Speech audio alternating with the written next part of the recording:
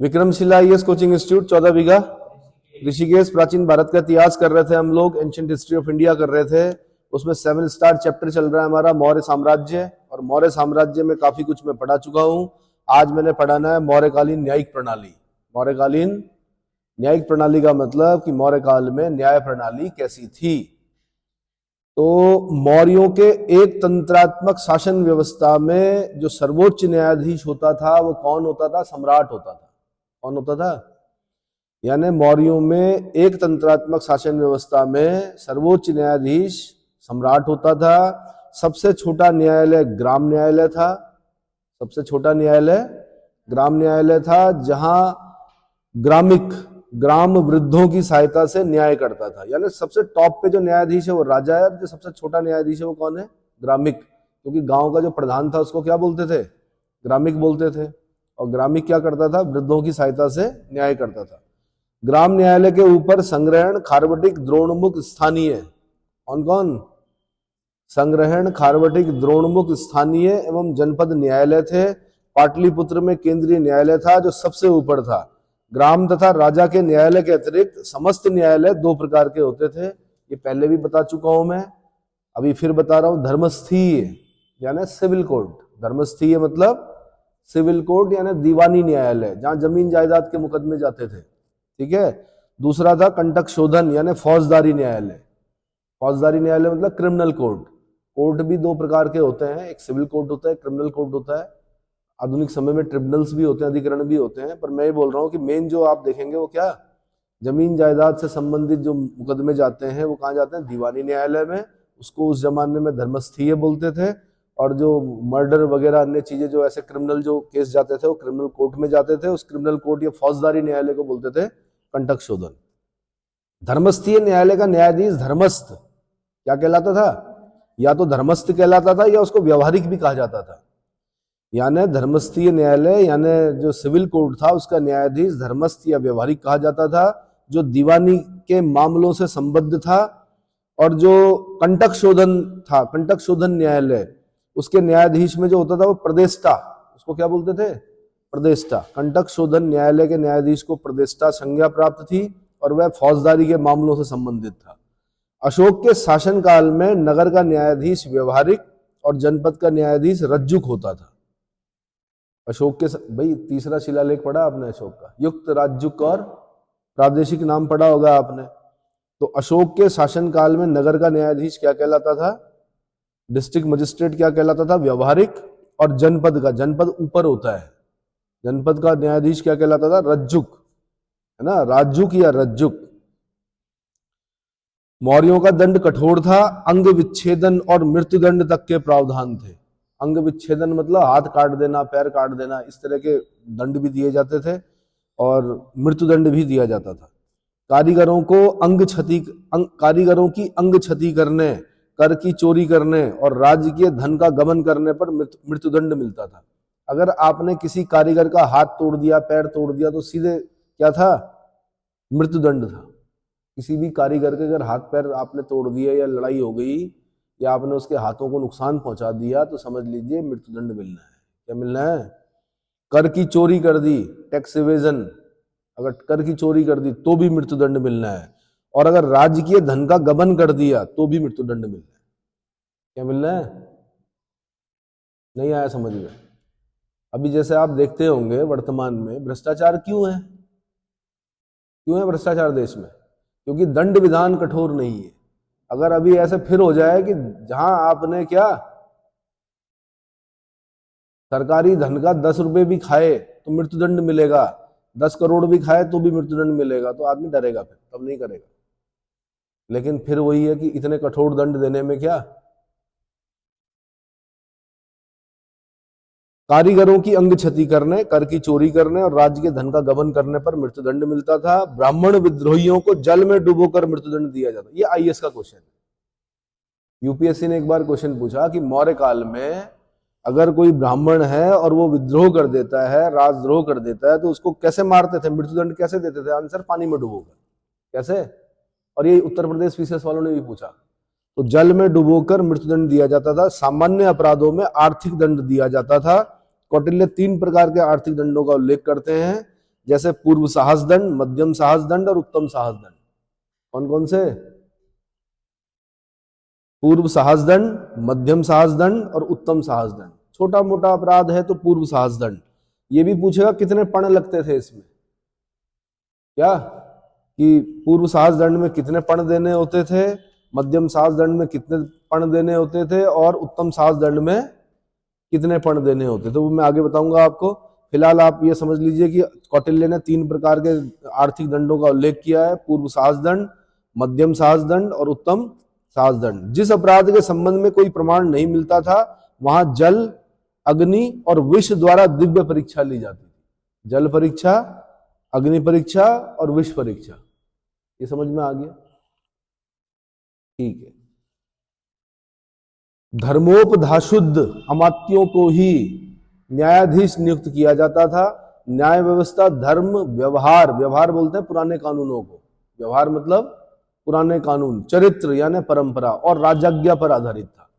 फिर यूपीएससी ऐसे क्वेश्चन पूछती है कि मौर्यकालीन न्याय व्यवस्था किन किन पर आधारित थी? नंबर 1 धर्म पर, नंबर 2 व्यवहार पर, व्यवहार का मतलब होता पुराने कानून, नंबर 3 हो गया चरित्र यानी परंपरा, और नंबर 4 राजाज्ञा, राजा की आज्ञा पर आधारित था। अच्छा, ये जो मौर्यों के समय में जो आप ये सुन रहे हो ना न्याय व्यवस्था में कि कोई प्रमाण नहीं मिला, तो तब क्या कर रहे हैं? जल परीक्षा ले रहे हैं, अग्नि परीक्षा ले रहे हैं, विष परीक्षा ले रहे हैं, दिव्य परीक्षाएं कही जाती थी। जब उत्तराखंड पर नेपाल का आक्रमण हुआ तो जो यहाँ पर न्याय व्यवस्था थी वो भी लगभग कुछ ऐसे उदाहरण देखने को मिलते हैं कि दो विक्टिम गए, मतलब एक विक्टिम गया जैसे किसी के पास, उसने किसी पर आरोप लगाया तो क्या कर दिया? विष परीक्षा ले ली, अग्नि परीक्षा ले। अग्नि में अगर नहीं जलेगा इसका मतलब तुम क्या हो? जैसे किसी ने बोला इसने चोरी की, अब आग से होके जाना पड़ता था, नहीं जला तो ठीक, मुक्त हो गया, और आग जल गया तो ऐसे ही विष देते थे पीने के लिए, मर गया तो इसका मतलब तुम गलत थे, और विष अगर बच गया तो। कई बार न्याय व्यवस्था में क्या होता है, अरे भाई जैसे माना मैं आपसे पूछूं आप पढ़कर आए हो, आपने कहा जी हाँ पढ़ के आया हूं, मैंने कहा आप झूठ बोल रहे हो, चलो विष पी के दिखाओ, अब विष परीक्षा होगी। क्या होगी? विष परीक्षा होगी। अगर आप मर गए इसका मतलब आप नहीं पढ़ के आए, और अगर जिंदा रह गए तो आप पढ़ के आए। तो ऐसा कानून, ऐसी न्याय व्यवस्था ठीक रहती है? नहीं रहती। मुझे क्या पता आप पढ़े कि नहीं पढ़े। तो मैंने कहा गोरखा काल में भी आप ऐसा सुनने को मिलेंगे, मौर्य काल में भी ऐसा होता था कि अब कोई प्रमाण नहीं मिल रहा तो अब क्या करना है? जल, अग्नि और विष परीक्षा। इतना समझ में आ गया? बल्कि एक उदाहरण तो ऐसा भी मिलता है कि जैसे 2 लोग हैं, है ना, और न्याय कौन कर रहा है? सामान्य सिपाही जो है वो न्याय कर रहा है, और फिर क्या कर रहा है? उन दोनों के बच्चों को पानी में डाल दिया। उनको नहीं डाला, उनके बच्चों को पानी में डाल दिया। जिसका बच्चा बच गया समझ लो वो सही है, जिसका बच्चा डूब गया समझ लो वो गलत है। ये दिव्य परीक्षाएं होती थी, और ऐसी न्याय व्यवस्था क्या थी? गलत थी ये सारी न्याय व्यवस्था। ठीक है, चलो जी, आप भी तो करते हो ऐसे। अभी तो बहुत हल्की परीक्षाएं देते हो आप, जैसे कसम खा लेते हो माता जी की कि जी मैंने नहीं किया, कोई बच्चे की कसम खा लेता है, करते हैं। कोई कोई तो सीधे सामने वाले की कसम खा लेता, तुम्हारी कसम मैंने नहीं किया, है ना? ऐसा होता कि नहीं होता? ये दिव्य परीक्षाएं, ये भी कसम वाली जो है। चलो न्याय, हाँ जी, पक्का झूठ बोल रहा है अगर आपकी कसम खा रहा है। आपकी कसम मैंने नहीं किया, समझ लो उसी ने किया। ठीक है, कोई लाइट की कसम खाता है, इसकी बत्ती कसम की। ठीक है, धर्मोपधाशुद्ध अमात्यों को ही न्यायाधीश नियुक्त किया जाता था। न्याय व्यवस्था धर्म, व्यवहार, व्यवहार मतलब पुराने कानून, चरित्र यानी परंपरा, राजाज्ञा पर आधारित थी। कौटिल्य ने राजाज्ञा को धर्म और व्यवहार से भी ऊपर रखा है। धर्म और व्यवहार, व्यवहार मतलब पुराने कानून से भी ऊपर रखा है। हालांकि वह राजा के लिए यह भी कहता है कि यदि राजा निरपराध को दंड दे तो उससे तिगुना दंड स्वयं राजा को भुगतना पड़ेगा। उससे तिगुना दंड स्वयं राजा को भुगतना पड़ेगा। इस व्यवस्था को न समझ पाने के कारण ही मेगस्थनीज ने कहा है कि भारतीयों के पास कोई लिखित कानून नहीं है। भारतीयों के पास कोई लिखित कानून नहीं है। हालांकि वह यह भी कहता है कि दंड विधान कठोर थे, अपराध कम होते थे और लोग सामान्यतः अपनी संपत्ति की रखवाली नहीं करते थे। अपनी संपत्ति की ताले वाले नहीं लगते थे इस देश में पहले, क्योंकि पता था, कंफर्म था कि चोरी नहीं होगी, और अगर चोरी होगी तो चोरी का दंड क्या था भाई। पूरे इतिहास में हमने ऐसा सीखा कि जब दंड विधान कठोर रहे तो अपराध क्या हुए, कम हुए। अलाउद्दीन खिलजी के समय में अगर आपने कम तोल दिया माना, तो आपका शरीर का उतना ही मांस काटा जाता था जितना आप कम तोल रहे हो। माना 1 किलो का बाट है, आपने घिस घिस कर क्या कर दिया, उसको 900 ग्राम का कर दिया, वो देखने में 1 किलो का बाट लग रहा है, बाट समझते हो, और आप तोल के दे रहे हो 900 ग्राम, 100 ग्राम आप क्या प्रॉफिट खा रहे हो, और आप पकड़े गए, क्या हो गया। तो अलाउद्दीन खिलजी की न्याय व्यवस्था शरीर से उतना ही मांस काटती थी, 100 ग्राम। नहीं आया समझ में, ठीक है। एक समय में जब सल्तनत काल हम पढ़ते हैं, वहां पर हम एक जगह पे न्याय व्यवस्था ऐसी पढ़ते हैं कि अगर माना गांव में चोरी हो गई, क्या हो गई, गांव में चोरी, चलो चोरी नहीं बोलते, मर्डर हो गया, और अगर ग्राम प्रधान उस मर्डरिस्ट को न पकड़ पाया, तो जो मृत्युदंड है वो ग्राम प्रधान को मिलेगा। किसको मिलेगा, तो इसका मतलब तुगलक के समय में बोला, मतलब एक कहावत है कि कोई भी एक बूढ़ी महिला क्या है, गहनों से भरा हुआ टोकरा अपने सर पर लेकर अनजान और वीरान जगह से घूम सकती थी, है ना। भेड़ियों का, या फिर एक जगह पे ऐसा भी कहता है कि मेमना जो था वो आराम से घूम सकता था, किसी भेड़िए का साहस ऐसा नहीं होता था कि जो मेमने को क्या कर सके, खा सके। इतनी कठोर कानून व्यवस्था थी। ये समझ में आ रहा है, ठीक है जी। अपराध कम होते थे, लोग सामान्यतः अपनी संपत्ति की रखवाली नहीं करते थे। चलो जी, अब है मौर्यकालीन राज्य प्रशासन। अच्छा, थोड़ा मैं ये भी बता दूं आपको कि न्यायालय के प्रकार धर्मस्थीय, कंटक शोधन और विदेशियों के मामलों की सुनवाई के लिए भी विशेष प्रकार के न्यायालय होते थे। तीसरा जो न्यायालय होता था, विदेशियों की मामलों की सुनवाई के लिए विशेष प्रकार के न्यायालय होते थे। इतना समझ में आ गया। आपने धर्मस्थी में धर्मस्थ और व्यवहारिक याद रखना है, जो न्यायाधीश है। कंटक शोधन में आपने प्रतिष्ठा याद रखना है, विदेशियों के मामलों में अलग।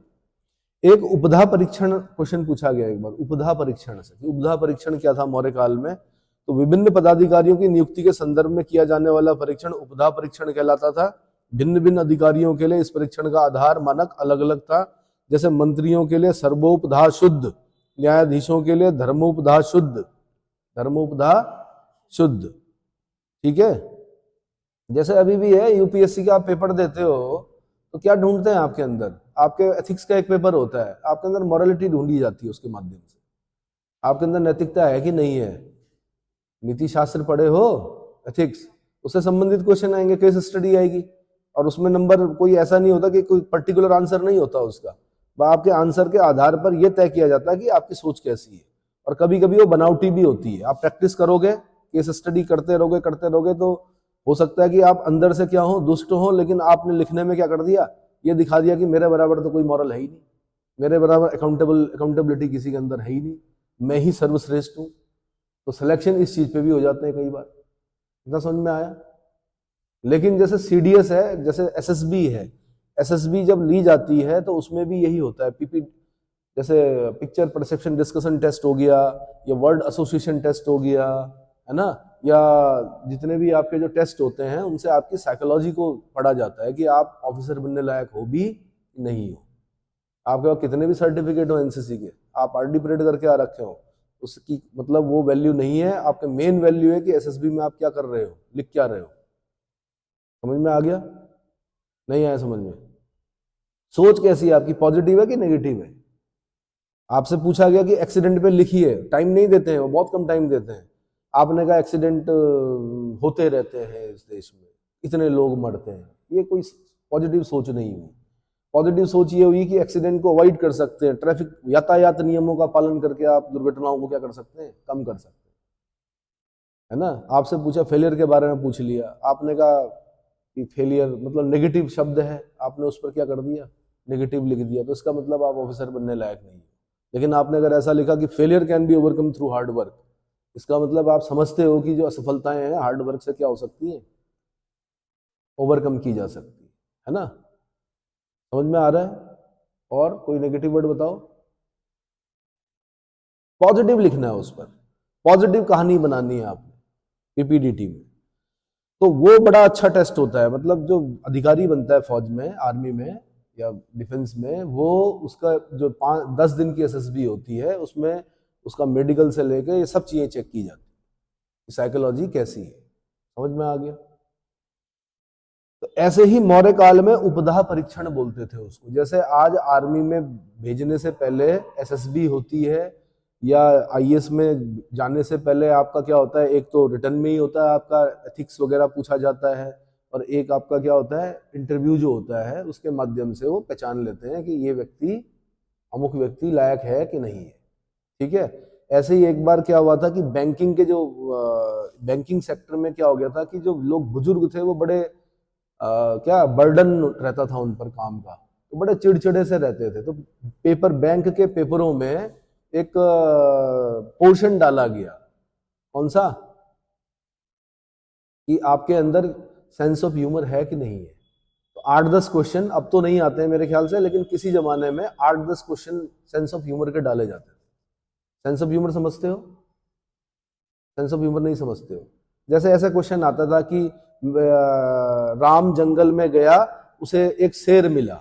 अब 4 ऑप्शन होते थे, क्या 4 ऑप्शन होते थे कि वो अपनी बंदूक लेने के लिए घर भागा, दूसरा होता था उसने शेर को बंदूक का लाइसेंस दिखाया और कहा कि ये देख, मतलब कुछ इस तरह से, है ना। तीसरा उसने धमकी दी। तो आंसर सेंस ऑफ ह्यूमर, हंसी किस पे आई कि शेर को लाइसेंस दिखा रहा है बंदूक का कि देख मेरे पे क्या है, शेर देखेगा क्या license, that is sense of humour. ठीक है। तो उससे ये बोला गया कि भाई आपने क्योंकि डील करना है किसमें, कस्टमर को डील करना है। आप अगर बिल्कुल खड़ूस से हुए, अगर आप बहुत चिड़चिड़े से हुए, तो फिर ऐसे में तो कस्टमर भाग जाएगा। जो नेशनलाइज्ड बैंक है वहां पर नहीं जाएगा, क्योंकि प्राइवेट सेक्टर के बैंक आ रहे थे और वहां बहुत अच्छा ट्रीटमेंट मिल रहा था किनको, कस्टमर को, तो वो वहां जा रहे थे। तो यहाँ कम हो रहे थे, यहाँ से लोग अपने खाते कटा कटा कर क्या उधर जा रहे थे। बाद में नहीं आया समझ में वो, उसके बाद भी वैसा ही होता रहा। फिर गोल्डन हैंडशेक स्कीम चली। उन्होंने कहा भाई जितने भी जो लोग हैं, अब क्योंकि कंप्यूटर आ गया है नया और आप काम नहीं कर पा रहे, बहुत ट्रेनिंग करने के बाद भी उंगलियों से करते रहे वो लोग, उन्होंने कहा गोल्डन हैंडशेक स्कीम, आप सारा जितना भी आपका अगर 10 साल बचा, 10 साल का सारी तनख्वाह आप एक साथ ले जाइए और रिटायरमेंट ले लीजिए, क्योंकि नए लोगों की नियुक्ति करनी। फिर एक नई जनरेशन आई जो कंप्यूटर जानती थी, जिसकी टाइपिंग बड़ी गजब की थी, कंप्यूटर पे बहुत अच्छी पकड़ थी। ऐसे ही बताया जा रहा है कि आने वाले समय में जिसको एआई आएगा, ये जो आप लोग जितना जानते हो, ये आप पुराने हो गए हो। अब आर्टिफिशियल इंटेलिजेंस वालों को रखा जाएगा। किनको? एआई का जमाना आने वाला है। समझ में आया? और अब तो बैंकिंग उसका बहुत बर्डन कम हुआ है। आपके एटीएम से आप पैसा निकालते हो, जमा भी वहीं करते हो मशीनों। पहले तो सब मैनुअल होता था, हाथ से। इवन जो आपकी जो पासबुक होती थी, वो भी एंट्री जो होती थी किससे होती थी, हाथ से होती थी। लेकिन अब क्या है, आप जाते हो एंट्री कराते हो, खत्म। और अब तो वो भी नहीं रहा, अब तो मोबाइल पे, माना एसबीआई में आपका अकाउंट है तो योनो है, योनो में सब आ जाएगा आपको। नहीं आया समझ में? जितनी भी आपकी ट्रांजैक्शन हो रही है वो किससे हो रही है? गूगल पे से कर रहे हो आप, पेटीएम से कर रहे हो, और क्या होता है फोन पे, उससे कर रहे हो, है ना। कई ठेली रेडी वालों पे तो छापे पड़ गए इस चक्कर में। जब ट्रांजैक्शन देखी गई तो पता चला कि इनकी तो 40-40, 50-50 लाख की ट्रांजैक्शन। दिखने में काम छोटा है, और जो पढ़े लिखे लोग हैं, नौकरी पेशे वाले हैं, वो 25,000 रुपये महीना कमा रहे नोएडा में। नहीं आया समझ में? तो उपधा परीक्षण समझ में आ गया। तो भाई मौर्यकालीन राजस्व प्रशासन के बारे में बता रहा हूं। इसके बाद में विशाल मौर्य साम्राज्य के शासन संचालन हेतु सुदृढ़ वित्तीय व्यवस्था की आवश्यकता थी। इस वित्तीय व्यवस्था यानी राजस्व व्यवस्था के संचालन हेतु समाहर्ता संज्ञक सर्वोच्च अधिकारी की नियुक्ति की जाती थी। अगर इतना बड़ा साम्राज्य चलाना था तो शासन संचालन के लिए क्या चाहिए था? वित्त चाहिए था। फाइनेंस बहुत जरूरी होता है किसी भी इंस्टीट्यूशन को चलाने के लिए। अगर वित्त नहीं है तो वो इंस्टीट्यूशन या वो संस्था क्या हो जाती है? अपाहिज हो जाती है, अगर वित्त के अभाव में। ये ध्यान रखना, ठीक है। तो क्या किया गया? समाहर्ता नामक सर्वोच्च अधिकारी की नियुक्ति की गई। टैक्स कलेक्टर बोलते हैं इसको। क्या बोलते हैं? मौर्य काल में टैक्स कलेक्टर कौन था? समाहर्ता था। अभी आप आईएएस को क्या बोलते हैं? कलेक्टर बोलते हो क्या? क्यों बोलते हो? ये तो अंग्रेजों की देन था, ये पद जो था आईएएस वगैरह, अंग्रेजों ने दिया था ये पद कलेक्टर। क्योंकि टैक्स कलेक्ट करना होता था तो कलेक्टर होते थे, डीएम, जो जिन्हें आप डिस्ट्रिक्ट मजिस्ट्रेट बोलते हैं आज, उनको कलेक्टर कहा जाता था। आज भी कलेक्टर कहा जाता है। टैक्स तो अब कलेक्ट नहीं करते हैं वो, उनको कलेक्टर क्यों कहा जाता है ये बताओ? भाई डीएम है, डीएम साहब हैं, उनको कलेक्टर बोल रहे हो आप, क्यों? क्योंकि जितनी भी गवर्नमेंट ड्यूज होती हैं उनको गवर्नमेंट तक वापस करवाने का जो रिस्पॉन्सिबिलिटी है वो किसकी होती है? डिस्ट्रिक्ट मजिस्ट्रेट की होती है। आपने लोन लिया बैंक से, कहां से?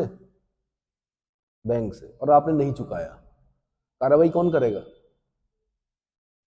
डीएम डायरेक्ट नहीं करता है, एसडीएम को बोलता है, एसडीएम भी आगे बोलते हैं। उसके बाद जो फिर कुर्क संपत्ति को कुर्क किया जाता है। कुर्क करने के बाद कुर्क अमीन आते हैं, वहां पर कुर्की करते हैं। किसकी? जो भी जमीन जायदाद जो होगी उसकी कुर्की होगी, उसमें अपना परसेंट लेते हैं वो, जो भी परसेंटेज होता होगा उस विभाग का। उसके बाद वो जो पैसा होता है वो उस माध्यम से क्या वापस कराया जाता है। तो गवर्नमेंट ड्यूज को कलेक्ट करने का कार्य किसका होता है? कलेक्टर का होता है। आज भी टैक्स कलेक्ट करने का नहीं है आज, लेकिन गवर्नमेंट ड्यूज कलेक्ट करने का अधिकार किसको है? समझ में आया? तो मैंने कहा समाहर्ता संज्ञक सर्वोच्च अधिकारी की नियुक्ति की गई। कौटिल्य ने राजस्व आय के 7 साधनों में सप्तांग सिद्धांत दिया था। कौटिल्य ने क्या कहा था? उसने दुर्ग, राष्ट्र, अच्छा नहीं ये अलग है। कौटिल्य ने राजस्व आय के 7 साधन बताए। एक तो सप्तांग सिद्धांत बताया, और साथ में रेवेन्यू जो इनकम होती है उसके 7 सोर्सेज बताए कौटिल्य ने। रेवेन्यू इनकम के कितने बताए? नंबर 1 उसने बोला दुर्ग, नंबर 2 उसने बोला राष्ट्र, नंबर 3 बोला उसने खान, नंबर 4 बोला उसने सेतु, नंबर 5 बोला वन, नंबर 6 बोला उसने ब्रज, और नंबर 7 बोला उसने वणिक पथ। वणिक पथ यानी जहां से व्यापार, जिन रास्तों से व्यापार होता था तो वहां पर चुंगी देनी, मतलब जो भी देना होता और टैक्स देना होता था। आज भी सरकार आपसे कैसे कमा रही? टैक्सेस से कमा रही। आप देख रहे होंगे, आप पेट्रोल भरवा रहे हो अपनी स्कूटी में, उस पर आप क्या क्या दे रहे हो? क्या क्या देते हो? उस पर सरचार्ज भी देते हो आप, उसमें और क्या देते हो? सेस भी देते हो। और सेस जो है वो एक पर्टिकुलर चीज के लिए खर्च किया जा रहा है। सरचार्ज सरकार की मर्जी है जिस पे भी खर्च करना है। उसके बाद वो या कार में आपने तेल भराया, टंकी फुल की, उसके बाद आप सड़क पर चले, फिर आप टोल टैक्स भी दे रहे हो। क्या दे रहे हो? टोल टैक्स भी दे रहे हो। अब कौन आपसे कलेक्ट करे? इसलिए नई नई खोज के अनुसार क्या हो गया, आपके शीशे पे लगा दिया गया क्या? फास्टैग। वो अपने आप ही कट रहा है, दुख नहीं हो रहा, क्योंकि सरकार को ही पता है बार बार जेब से पैसे निकलेंगे तो आप विरोधी हो जाओगे। एक बार रिचार्ज करा दिया, उसमें दुख नहीं होता है। पुराने लोग ज्यादा खर्च नहीं करते थे क्योंकि नोट खर्च करने पड़ते थे। नई जनरेशन बहुत खर्च कर रही क्योंकि गूगल पे है। दुख नहीं हो रहा है। दुख तब हो रहा है जब देख रहे अकाउंट जीरो हो गया, अरे कहाँ गया पैसा? क्योंकि खाते हुए और क्या बोलते हैं शॉपिंग के टाइम पे पता ही नहीं चल रहा हम कितना खर्च कर रहे हैं। नहीं आया समझ में? तो ये इस साइकोलॉजी को भी पढ़िए आप। आने वाले समय में ये हो सकता है कि आपको जितनी भी क्या ट्रांजैक्शन होंगी वो सब ऐसे ही होंगी आपकी। कैसे? डिजिटल। कैसे होंगी? अरे क्या बोलते हैं, क्यूआर कोड। क्यूआर कोड की भी जरूरत नहीं पड़ेगी आने वाले समय में। यूपीआई, इन सब चीजों से होना है। अगर आप देखें तो पैसा कम दिख रहा है अब लोगों के पास। नहीं आया समझ में? नोट कितने कब से नहीं गिने आपने? बहुत समय हो गया। सब ट्रांजैक्शन कैसा चल रहा है? लेन देन किस में चल रही है? और पाकिस्तान जैसे देश में वहां के यूट्यूबर को इसीलिए मार दिया मेरे ख्याल से उन्होंने, क्योंकि वो यहाँ की तारीफ कर रहा था। बता रहा था कि सब्जी वालों के पास भी क्या है, क्यूआर कोड है। वहां ट्रांजैक्शन किसी से हो रही है? ऑनलाइन हो रही है। और जब ऑनलाइन होती है तो उसमें स्पष्ट होता है सरकार के पास कितनी इनकम हुई इस व्यक्ति की। चलो जी, कौटिल्य ने रेवेन्यू कलेक्शन के 7 साधन बताए हैं। नंबर 1 दुर्ग बताया, नंबर 2 राष्ट्र बताया, नंबर 3 खान बताया, नंबर 3 खान बताया, नंबर 4 सेतु बताया, 5 वन बताया, 6 ब्रज बताया, 7वां वणिक पथ बताया। वन भाई सरकार के होते हैं, फॉरेस्ट डिपार्टमेंट। हाँ जी, क्या कमाई होती है फॉरेस्ट से? सरकार को क्या कमाई होती है? इन जंगलों को बचा के क्या फायदा सरकार का? इन जंगलों को अगर वो काट दे और यहाँ मल्टी स्टोरी बिल्डिंग बना दे तो लोग तो खरीदने के लिए तैयार है दुनिया भर के। क्यों नहीं कर रही सरकार ऐसा? बताओ। वन विभाग से ही हो ना आप? हाँ जी बताओ। एनवायरमेंट। 33%, 33% 1। चलो चलो उस पर कभी और वो करेंगे। आगे बढ़ता हूं मैं। मौर्य काल में ही पहली बार कर प्रणाली की विस्तृत रूपरेखा प्रस्तुत की गई। इसके अलावा वृहद स्तर पर दासों को कृषि कार्यों में इसी युग में निवेशित किया गया। दासों को कृषि कार्यों में इसी युग में निवेशित किया गया, इन्वेस्ट किया गया, उनको दासों से काम कराया गया। कृषि कार्य जो है, राज्य की आय का प्रमुख स्रोत भूमि कर था। फिर क्वेश्चन पूछेगा, छोटा क्वेश्चन पूछेगा पीसीएस वाला, वो बोलेगा कि मौर्य काल में राज्य की आय का प्रमुख स्रोत क्या था? आंसर भूमि कर था। कर व स्वामित्व के दृष्टिकोण से भूमि दो प्रकार की थी, एक राजकीय भूमि थी, एक निजी भूमि थी। राजकीय भूमि से प्राप्त आय को सीता कहते थे, राजकीय आय से प्राप्त आय को सीता कहते थे, और निजी भूमि से प्राप्त आय को भाग कहा जाता था। क्या कहते थे? भाग।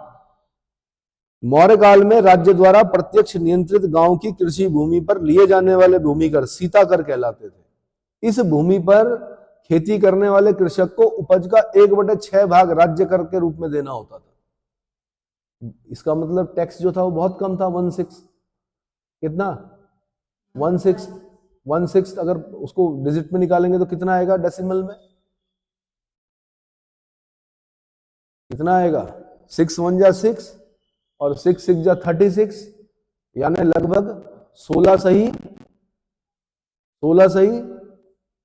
2/3, 4/6 आएगा ना, तो 2 दूनी 4 2 3 6, यानी 16-17% टैक्स ज्यादा नहीं था। आगे जाके पढ़ते हैं 50% का टैक्स लिया गया सल्तनत काल में। क्या समझ में?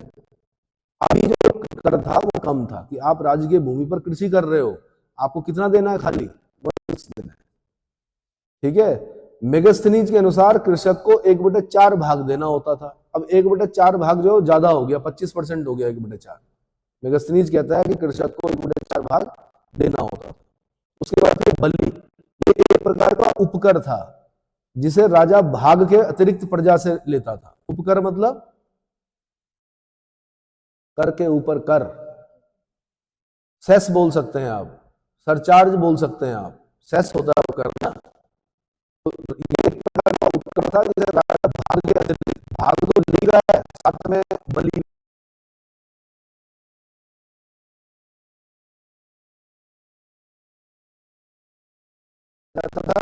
भूमि का अनाज था, भूमि से मुक्ति को परिहार बोला जाता था। भूमि से मुक्ति को परिहार बोला जाता था। राजा भूमि कर की कीमत को कम कर सकता था, जैसे कि अशोक ने लुम्बिनी में कम को कर को कम करके 1/8 कर दिया ना, 1/8। राज्य की अन्य प्रमुख साधन जो थे वो बिजली कर था, भूमि थी, सीमा शुल्क था, व्यापारिक मार्गों पर कर था, घाटों पर कर था, सिक्का ढालने पर शुल्क था, आर्थिक दंड था, शिल्पियों पर कर थे।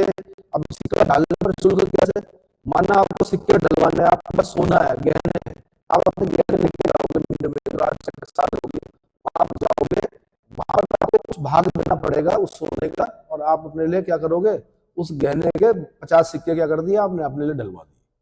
तो लेकिन एक भाग क्या करना पड़ेगा आपको? उस मिंट को देना पड़ेगा। और वो मिंट क्या है? राजकीय है।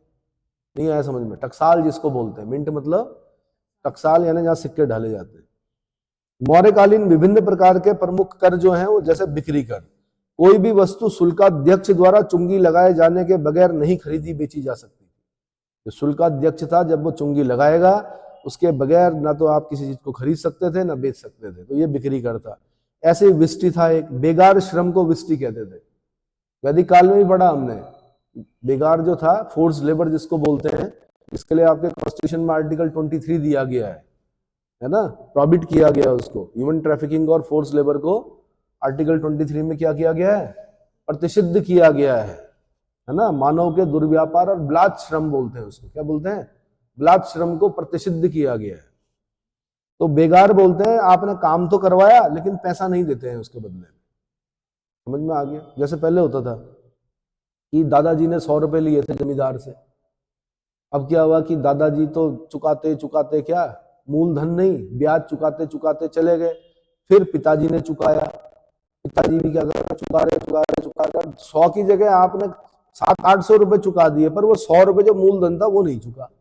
और फिर तीसरी पीढ़ी आई और गरीब होती गई, तीसरी पीढ़ी फिर हवेलियों में काम करती थी, खेतों में काम करती थी, उसके बदले पैसा नहीं है तो भी खेतों में काम करो, पैसा नहीं मिलेगा आपको। अगला हो गया औपायनिक। औपायनिक मतलब उपहार। राजा को उपहार देने पड़ते थे भाई। क्या देने होते थे?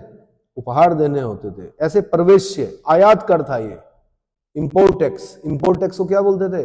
प्रवेश्य, जो वस्तु के मूल्य का 20% होता था, वस्तु के मूल्य का। ऐसे ही एक होता था निष्क्राम्य। निष्क्राम्य जो था वो एक्सपोर्ट टैक्स था, निर्यात कर था। अगर आप एक्सपोर्ट कर रहे हो, इसकी दर स्पष्ट नहीं है हमारे काल में, लेकिन निर्यात कर को क्या बोलते थे? निष्क्राम्य बोलते थे। ऐसे एक उत्संग था। प्रजा जब राजा को किसी उत्सव के समय भेंट देती थी तो उसे क्या बोलते थे? उत्संग बोलते थे। क्या बोलते थे? उत्संग। ऐसे एक था उदयक भाग, ये सिंचाई कर था। उदयक भाग क्या था? सिंचाई कर था। इसकी दर उपज का 1/5 से 1/3 भाग थी। 1/5 से 1/3 भाग थी। ऐसे एक हिरण्य होता था, हिरण्य कर, ये नगद कर था और इसको हिरण्य बोला जाता था। क्या बोलते थे? हिरण्य बोलते थे। एक पिंड कर था, गांव पर सामूहिक रूप से लगने वाला कर जो था उसको क्या बोलते थे? पिंड कर। पंजाब में आज भी जाएंगे वहां गांव को पिंड ही बोलते हैं। पिंड कौन सा है कि तुम्हारा? अब जब मैं शुरू में पंजाब गया, चंडीगढ़ और मोहाली में गया, तो मैंने वहां पर जॉब की, तो पूछते थे हाँ भाई पिंड कौन सा है। अब पिंड तो हमने खाली वो श्राद्धों में सुने थे कि पिंड देते हैं, समझ में ही नहीं आया कि पिंड कौन सा है भाई। मैंने फिर बाद में समझाया उन्होंने कि हम आपका घर पूछ रहे हैं, कहाँ से हो? हमने कहा उत्तराखंड से। अरे देवभूमि से हो, यहाँ क्या करने आए हो? स्वर्ग से यहाँ आप क्यों आए हो यहाँ पर? हमने कहा ऐसे ही, बस क्या पैसे की कमी है हमारे मुल्क में, इसलिए आए हैं कमाने। अगला सेतु। फल फूल मूल एवं तरकारियों सब्जियों पर लगने वाले कर की संज्ञा क्या थी? सेतु थी। क्या थी? सेतु। वन कर, वनों पर लगने वाला कर। वन 2 प्रकार के थे, हस्ती वन जहां से हाथी प्राप्त होते थे, और द्रव्य वन जहां से लकड़ी और अनेक धातुएं खानों से प्राप्त होती थी। अगला दुर्ग। नगरों से अनेक प्रकार की आय प्राप्त होती थी, जिसे सामूहिक रूप से दुर्ग कहते थे। नगरों से अनेक प्रकार की आय प्राप्त होती थी, जिसे सामूहिक रूप से क्या बोलते थे? दुर्ग कहते थे। जैसे शराब बनाने वालों से पैसा लिया जाता था कर, नमक बनाने वालों से कर लिया जाता था, शिल्पियों से कर लिया जाता था, वैश्याओं से कर लिया जाता था, जुआरियों से कर लिया जाता था। अब आप बोलेंगे जुआरियों से तो आज भी तो लेते हैं। ड्रीम 11 खेल लो आप, 1 करोड़ रुपए जीत लो, 30 लाख रुपए सरकार ले लेगी आपसे, 1 करोड़ थोड़े मिलेंगे। केबीसी में जाओ, बच्चन जी आपसे क्वेश्चन पूछेंगे, 1 करोड़ जीत गए आप, लेकिन मिलेंगे थोड़े इतने, 30 लाख रुपए कट जाएंगे आपके, 70 लाख रुपए मिलेंगे। हाँ जी, हाँ और भी कट सकते हैं, पर जो मैं ये बोल रहा हूं, या फिर आप वो खेल लो, केरला वालों की लॉटरी होती है। ये लॉटरी का टिकट जहां होते हैं, सिक्किम लॉटरी पहले चलती थी, उस पर आपका टैक्स लगता था, है ना। जुआरियों पर कर। अब आपने कसिनो नहीं देखे होंगे, कुछ देशों की तो इकोनॉमी कसिनो से चलती है। कहाँ?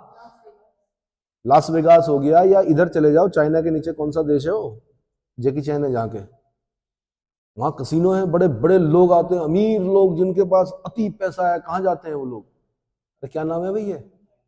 अरे थाईलैंड क्यों जाएंगे यार? अरे चाइना जिसको अपना बताता है वो कौन? ताइवान नहीं, इधर नीचे, चाइना के नीचे। जैकी चैन कहाँ के हैं? हांगकांग। कसिनो से चलती है, कसिनो है ना। ऐसे ही मैंने कहा वैश्याओं पर कर, शिल्पियों पर कर, और किस पर? नमक बनाने वालों पर कर। नमक के चक्कर में तो नमक सत्याग्रह कर दिया गांधी जी ने। यहां पर क्या कर दिया? नमक बनाने पर अंग्रेज सरकार ने टैक्स लगा दिया। गांधी जी ने कहा नहीं जी, मैं तो तोड़ूंगा इस कानून को। हमारे लोग नमक बनाते थे समुद्र तटों पर। खाली याद करने से नहीं होगा कि दांडी मार्च किया गांधी ने, इतने लोग गए, उत्तराखंड से इतने गए, इतने किलोमीटर की यात्रा की। ये भी समझो क्यों किया उन्होंने। सरकार ने कानून बनाया, और क्योंकि गांधी सिविल डिसोबीडिएंट मूवमेंट चला रहे थे, सभी ने अवज्ञा आंदोलन, यानी विनय सहित मैं अंग्रेज सरकार की आज्ञा का पालन नहीं करूंगा।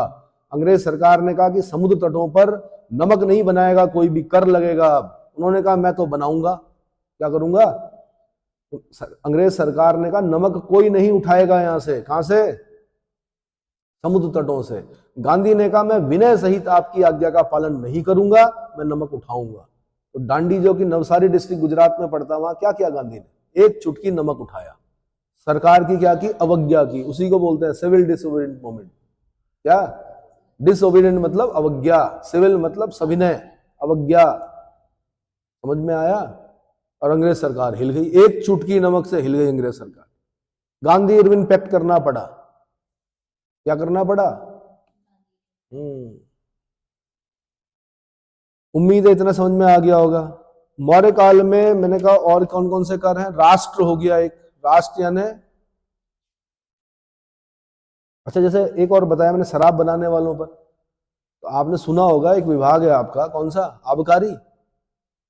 भाई कुछ राज्य ऐसे, कुछ राज्य क्या, हमारा राज्य ऐसा है कि हमारे राज्य में अगर शराब बंद कर दी तो सरकार की बहुत बड़ी इनकम क्या होगी? उसके हाथ से चली जाएगी, लॉस में चला जाएगा राज्य।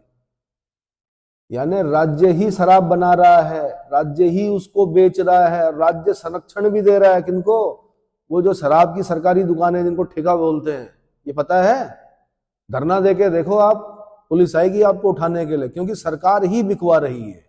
और जब वो बिकवा रही है तो उस पर लोग खरीद रहे हैं तो उसका एक बहुत बड़ा पार्ट जो सरकार की इनकम है। क्या है?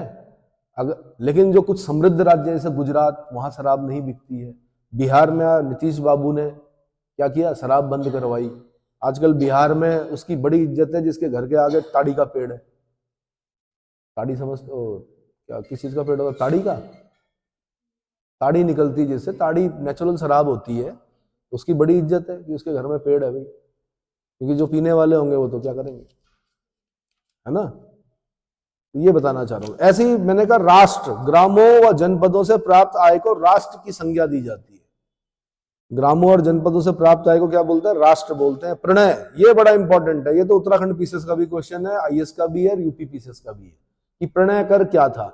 अधिकतर लोग मैंने कहा प्रणय को लव से जोड़ते हैं, प्रेम प्रसंग से जोड़ते हैं। प्रणय यहाँ पर प्रेम प्रसंग नहीं है, यहाँ पर आपातकालीन कर है। चाणक्य ने कहा है कि जब राष्ट्र पर आपात आ जाए तो राजा को कर वसूल करने का अधिकार है। क्या है?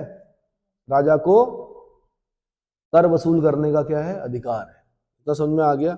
ऐसे ब्रज, पशुओं से संबद्ध कर, भाई राजा की भूमि है, आपके पशु चर रहे हैं, दूध दे रहे हैं, आप उसको बेच रहे हो, खुद पी रहे हो, खा रहे हो, सरकार को क्या फायदा? तो आप राजा को भी तो कर दोगे। तो ब्रज जैसे भूमि भी जो होती है, ब्रज भूमि बोलते हैं उसको, जहां पर पशु चरते हैं, है ना? ऐसे वणिक पथ, स्थल और जल मार्गों से जो भी व्यापार करने के लिए जाएगा उसको कुछ ना कुछ देना पड़ेगा राज्य को। मौर्य काल में देना पड़ता था। इतना समझ में आ? ऐसे ही मैंने कहा मौर्य काल में भू राजस्व के अनुसार गांवों की श्रेणी थे कुछ। यहां से ये यूपीएससी का क्वेश्चन है कि कैसे कैसे गांव थे। एक थे परिहारिक गांव। कौन से? परिहारिक गांव। जो गांव कर से मुक्त थे उनको बोलते थे परिहारिक गांव, और बड़ी इज्जत होती है ऐसे गांवों की। आपको मैं बताऊं, आपने सुना होगा उत्तराखंड में माफीदार, सुना है? क्या होते हैं माफीदार? राजा ने जिनको टैक्स से मुक्त कर दिया वो माफीदार हो गए। जैसे सकलानी लोग हैं टिहरी में, क्या बोला जाता उन्हें? कर से मुक्त कर दिया कि आपको टैक्स नहीं देना है। क्या नहीं देना है? तो उनका समाज में क्या बढ़ गया? रुतबा बढ़ गया कि हम तो माफीदार। ऐसे ही मैंने कहा मौर्य काल में जो गांव कर से मुक्त थे उनका रुतबा क्या था? ऊपर था। और ऐसे गांव को क्या बोलते थे? परिहारिक गांव। ऐसे अयुद्धीय गांव, अगर कोई गांव सैनिक सेवा प्रदान कर रहा है तो ऐसे गांव को क्या बोलते थे? अयुद्धीय गांव। कौन से?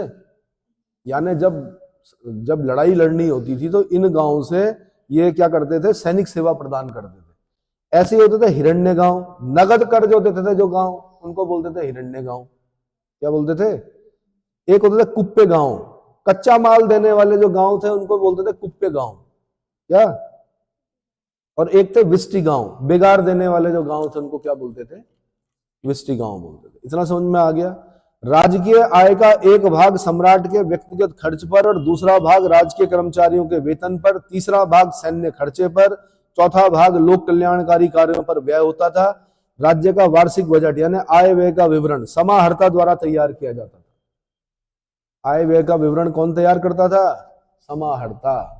आज भी जब आप इकोनॉमिक्स पढ़ रहे होते हैं तो आप उसमें ये पढ़ते हैं कि 1 रुपया कहाँ से आया और 1 रुपया कहाँ गया सरकार का। 1 रुपये के हिसाब से सिखाया जाता है कि जी 10 पैसे यहाँ से आए, 7 पैसे यहाँ से आए, 12 पैसे यहाँ से आए, बताते हैं। और फिर बताते हैं कि कौन कौन से कहाँ कहाँ खर्च हो रहा है। तो डिफेंस बजट का अलग बताते हैं, शिक्षा पर अलग बताते हैं, है ना, planned expenditure, non planned expenditure, अगर आपने इकोनॉमिक्स पढ़ी होगी। ऐसे ही मैंने कहा मौर्य काल में उस जमाने में वार्षिक बजट यानी आय व्यय का विवरण कौन तैयार करता था? समाहर्ता तैयार करता था। वित्तीय वर्ष का प्रारंभ आषाढ़ माह यानी जुलाई से माना जाता था। किस माह से? आषाढ़ माह से माना जाता था। वर्ष में 354 कार्य दिवस होते थे। कितने? 354 कार्य दिवस होते थे। जुलाई से क्यों मानते होंगे मौर्यकालीन लोग? क्योंकि कृषकों का देश है ये। यहाँ पता नहीं क्यों बजट फरवरी में लेके आते हैं। कायदे से यहाँ पर तब लाना चाहिए जब आपकी दूसरी फसल कट गई, उसके बाद से क्या होना चाहिए? बजट आना चाहिए। भाई 2 फसलें होती हैं, रबी की फसल, खरीफ की फसल, एक जायद की भी होती है, पर रबी खरीफ 2 मेन है हमारी। और हमारे गेहूं कब कटते हैं? बैसाखी में। और अब जब हम बैसाखी के बाद जब हम जो दूसरी अगली फसल लगा रहे हैं, तो उसके बीच में कहीं पर क्या होना चाहिए? वहां से हिसाब किताब शुरू होना चाहिए। मौर्य काल में जुलाई आषाढ़ महीने से माना जाता था उनका क्या? वित्तीय वर्ष यानी फाइनेंशियल ईयर, और 354 दिन का होता था। मौर्य काल में आहत सिक्कों का प्रचलन था, जिन पर हाथी, सांड, जंगल के वृक्ष, मेहराब आदि के चित्र पंच किए गए थे। क्या क्या थे? हाथी, और क्या था? सांड, जंगल के वृक्ष और मेहराब। और ये अद्भुत सा है मेहराब, क्योंकि ये मुगल काल में ज्यादा मिलेगा, सल्तनत काल में मेहराब ज्यादा दिखेंगे आपको, लेकिन मौर्य काल में भी मेहराब आदि के चित्र पंच किए गए थे। इस समय चांदी और तांबे के सिक्के अधिक थे, सोने के सिक्कों का प्रचलन कम था। सिक्के राजकीय टकसाल में ढाले जाते थे। क्या करते थे? सिक्कों को छापते नहीं है, सिक्कों को ढाला जाता है। क्या किया जाता है? ढाला जाता है। और क्योंकि पंच मार्क थे तो मैंने कहा तोड़ तोड़ के पंच करके वो किया जाता था, उन पर कुछ चिन्ह बनाए जाते थे। इतना समझ में आ गया होगा। लक्षणाध्यक्ष नामक अधिकारी जो था वो टकसाल का अधीक्षक था और सौवर्णिक उसकी सहायता करता था। रूपदर्शक नामक अधिकारी सिक्कों का परीक्षण करता था। रूपदर्शक से उत्तराखंड पीसीएस वालों ने क्वेश्चन पूछा। मैं ये पिछले 1-2 की नहीं बोल रहा हूं, मैं जब से उत्तराखंड बना है तब से बोल रहा हूं। मैं जो पीसीएस के पेपर हुए हैं वहां पर इस तरह के क्वेश्चन देखे गए हैं। रूपदर्शक नामक अधिकारी सिक्कों का परीक्षण करता था। कोई भी व्यक्ति राज्य के टकसाल में धातु ले जाकर सिक्के ढलवा सकता था। इसके बदले में उसे राज्य मूल्य का 13.5% शुल्क देना होता था। कितना? यानी अगर आप 100 ग्राम सोना लेके गए तो 13.5 ग्राम सोना आपने किसको देना? राजा को, राज्य को देना है, टकसाल वाले को, जिसके माध्यम से वो राज्य में जाएगा। और बाकी जो होंगे 13.5 घटा दो, 13.5 तोला घटा दो, बाकी के आपके सिक्के बनेंगे। इतना क्लियर हो गया? इसके बाद मैं बता रहा हूं आपको मौर्यकालीन प्रमुख अधिकारी कि मौर्य काल में कौन कौन से प्रमुख अधिकारी थे। तो सबसे पहले अमात्य था, राज्य के सर्वोपरि अधिकारी, सर्वोच्च अधिकारी का जो समूह संज्ञा था, जिसमें मंत्रिण होते थे, मंत्री परिषद और विभागाध्यक्षों की नियुक्ति की जाती थी। अमात्य उपदा परीक्षण उत्तीर्ण व्यक्ति ही बनते थे। तो सबसे पहले क्या हो गया? अमात्य। सबसे पहले कौन हो गए? तो राज्य के सर्वोच्च अधिकारी, मतलब अमात्य कोई एक नहीं है, कई मंत्रियों का कई मंत्रियों का क्या है? उसमें मंत्रिण भी हैं, उसमें मंत्री परिषद भी है, उसमें विभागाध्यक्ष भी हैं, इनकी नियुक्ति की जाती थी। अमात्य जो होते थे वो उपदा परीक्षण उत्तीर्ण व्यक्ति ही बनते थे। उपदा परीक्षण मैंने बता दिया आपको। उपदा परीक्षण मतलब सर्वोपदा शुद्ध और धर्मोपदा शुद्ध, यानी धार्मिक रूप से और सभी रूपों में क्या हो, सभी प्रकार के आकर्षणों से जो मुक्त थे। अगला हो गया प्रधानमंत्री। इसे अग्रामात्य भी कहा जाता था। प्रधानमंत्री, अग्रामात्य। इस पद पर विष्णुगुप्त कौटिल्य रहे, खल्लाटक रहा और राधागुप्त रहे। राधागुप्त जो है अशोक के समय में रहा। राधागुप्त क्या?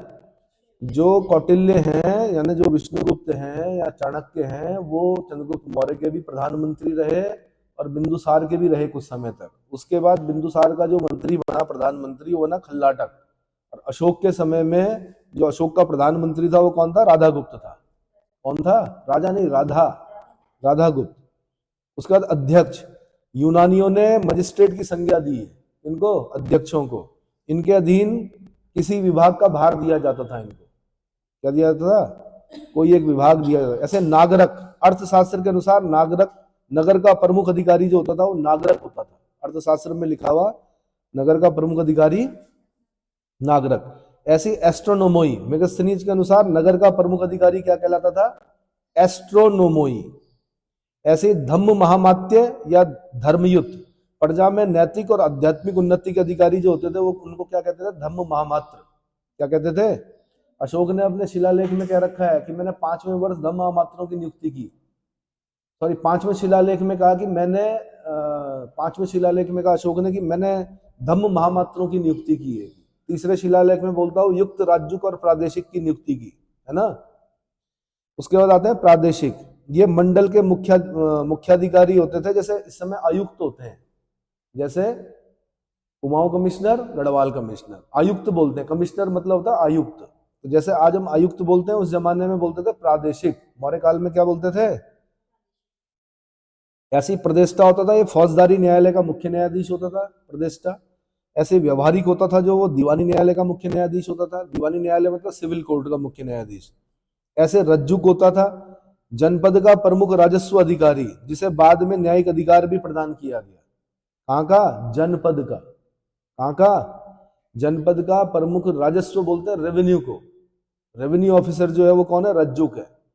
और रज्जुक जो शब्द बना है वो रस्सी से बना है। आप अगर राजस्व कलेक्ट करना है तो कहीं ना कहीं जमीन से भी करना होगा, तो रस्सी जो जमीन नापी जाती थी वो रज्जू से नापी जाती थी। इससे अगला युक्त, यह रज्जुक के अधीन एक राजस्व अधिकारी था। रज्जुक के अधीन राजस्व अधिकारी कौन होता है? युक्त। ऐसे ही स्त्री अध्यक्ष, इति झाका भी बोलते थे इसको, रनिवास और अन्य स्त्रियों से संबंधित कामकाज को देखने वाला अधिकारी। इस अधिकारी का उल्लेख जो है 12वें शिलालेख में हुआ है। कौन सा शिलालेख में? 12वें शिलालेख में। अगला प्रतिवेदक, प्रजा की सूचना सम्राट तक पहुंचाने वाला अधिकारी क्या कहलाता था? प्रतिवेदक कहलाता था।